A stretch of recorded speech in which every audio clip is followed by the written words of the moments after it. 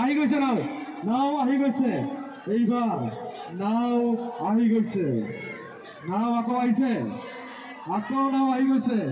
খুব জোৰে আহিছে দুয়োখনে তুমুল চেষ্টা কৰিছে যদিও এখন নয় আগতীয়াকৈ পৰাজয়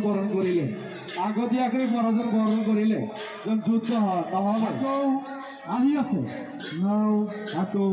আহিব নাও আকৌ আহি আছে সুহানা এক্সপ্ৰেছ বনাম কামৰূপ এক্সপ্ৰেছ জিলা কংগ্ৰেছ কমিটিৰ উপসভাপতি ভাতৃ লোকমান ডাঙৰীয়া আমাৰ প্ৰাক্তন কাউন্সিলাৰ মণ্ডল কংগ্ৰেছৰ সভাপতি আজমল হক ডাঙৰীয়া আমাৰ ছেক্ৰেটাৰী ভাতৃ চুলতান মাহমুদ ডাঙৰীয়া আমাৰ আফজালুৰ নৱনিৰ্বাচিত যোৱাকালি ইতিমধ্যে হৈ যোৱা খেলখনত সুহানা এক্সপ্ৰেছে আকৌ এটি পইণ্ট পাবলৈ সক্ষম হৈছে ভাৰত নাওখনে আকৌ এটি পইণ্ট পাবলৈ সক্ষম হৈছে এতিয়া লগে লগে ঘোষণা কৰিছোঁ বন্দে ভাৰত নাওখনে দ্বিতীয় ৰাউণ্ডত অন্তৰ্ভুক্ত হ'বলৈ সক্ষম হৈছে দ্বিতীয় ৰাউণ্ডত প্ৰৱেশ কৰিলে সম্পাদক বিষয়ববীয়াসকল বৰ্তমানৰ সকলো বিষয়ববীয়াসকল ইলেক্ট্ৰনিক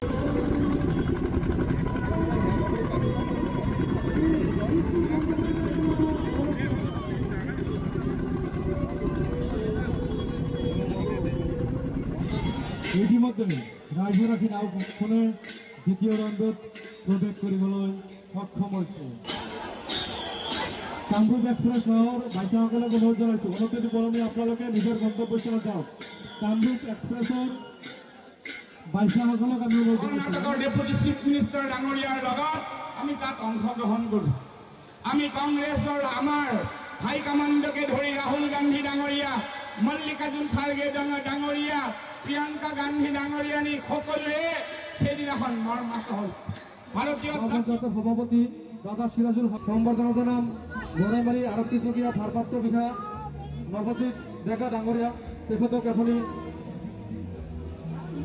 চ্যালেঞ্জাৰ সম্বৰ্ধনা জানাবলৈ অনুৰোধ জনাইছোঁ সম্বৰ্ধনা জনাব সিদ্দিক আলী ডাঙৰীয়া ইয়াৰ পিছতেই সম্বৰ্ধনা জনাব এপি চেয়াৰমেন ফিৰোজা বেগম তেখেতকো এখনি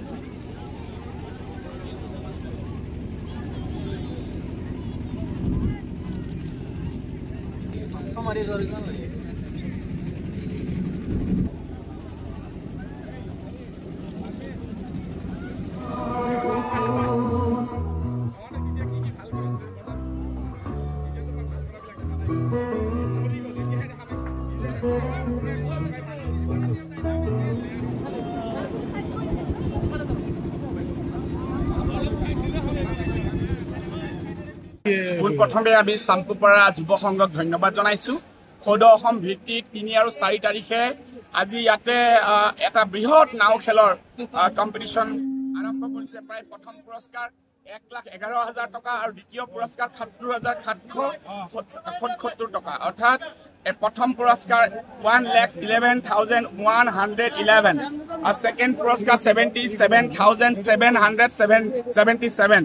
আৰু এইটো এটা মই ভাবো আমাৰ মফচলীয়া এই অঞ্চলৰ ক্লাবে এটা বৃহৎ সিদ্ধান্ত লৈছে ইয়াত আমাৰ আঞ্চলিক পঞ্চায়ত চেয়াৰমেন ভাইচ চেয়াৰমেন জিলা পৰিষদ কাউন্সিলাৰ সকলো জড়িত আছে আমাৰ ইয়াত গোটেই মণ্ডল জড়িত আছে অভিভাৱকসকল জড়িত আছে সকলোৱে লগ হৈ সুন্দৰকৈ এই নাও খেলা বছৰে বছৰে ইয়াতে চলি আহিছে আৰু এই নাও খেলে বৃহত্তৰ জনসাধাৰণক এই গোটেই ৩-৪খন জিলাক সদায় একত্ৰ কৰে আৰু এই নাও খেল আজি নহয় বহু বছৰৰ পৰা এটা পৰম্পৰা কিন্তু এইবাৰ আমি কিছুমান কাৰ্যসূচী কৰ্তন কৰিব লগা হৈছে যেহেতু আমাৰ হিয়াৰ আমঠু জুবিন গাৰ্গ ডাঙৰীয়া আমাৰ মাজত নাই। জুবিন গাৰ্গ ডাঙৰীয়া আমাৰ মাজত নাই বুলি কথাটো কোৱাটো বহুত বুকুখন কঁপি উঠে। যিদিনা ছিংগাপুৰৰ পৰা এই বাৰ্তাটো পাইছিলোঁ, সেইদিনা গৌৰৱ গগৈ ডাঙৰীয়া, আমি জিতেন্দ্ৰ সিং, আমি শ্ৰীৰামপুৰৰ ওচৰত এখন নিৰ্বাচনী সভাত আছিলোঁ। আমি ততাকে সামৰি গুৱাহাটীলৈ আহিছিলোঁ আৰু সেই যিটো গোটেই অসমে আজি কান্দি, গোটেই অসমৰ জনসাধাৰণ ৰাজপথ জুবিন গাৰ্গৰ শৱদেহ যেতিয়া লৈ আহিছিলে এয়াৰপৰ্টত, সেই সময়ৰ পৰা জনসাধাৰণ ঘৰত লৈ যোৱালৈকে, পিছদিনা সোণাপুৰত লৈ যোৱালৈকে কিদৰে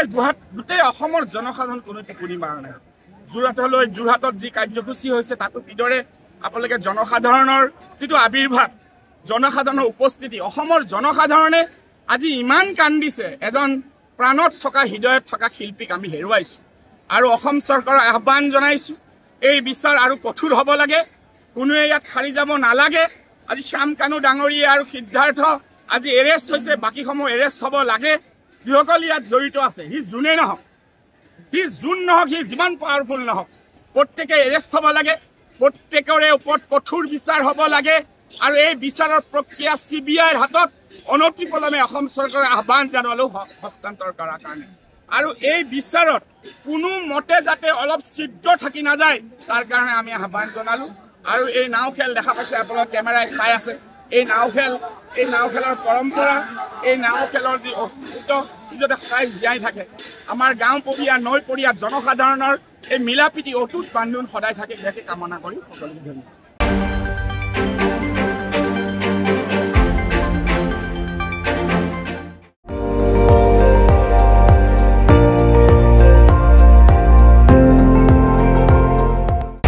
আপুনি চাই আছে ND24,